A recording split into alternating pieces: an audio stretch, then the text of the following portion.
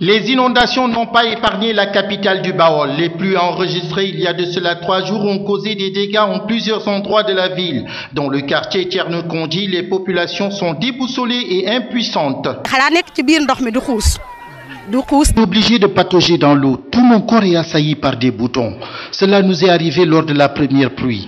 Les sapeurs ont pompé l'eau finalement, mais la pluie de mardi dernier a empiré la situation. On a perdu pas mal de bagages. N'eût été nos voisins, nous serions dans la galère. On est fatigué. Ce sont les canaux disposés près de nos maisons qui sont à l'origine de cette situation catastrophique. Je suis là depuis 35 ans. Jamais connu pareille situation.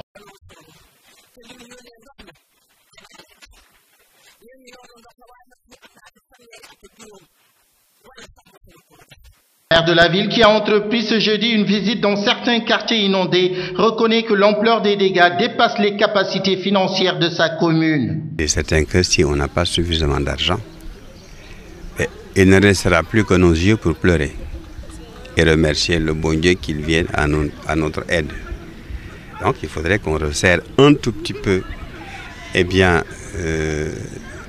les intentions des uns et des autres, pour que nous puissions répondre. Hors de ce constat, Jacques Baudin estime qu'il est du devoir de l'État d'intervenir avec diligence. On ne peut pas être à la tête d'un État, voir ce genre de situation être une réalité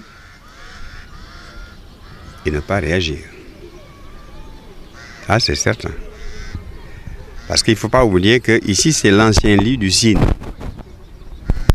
Ce n'est pas très facile à gérer.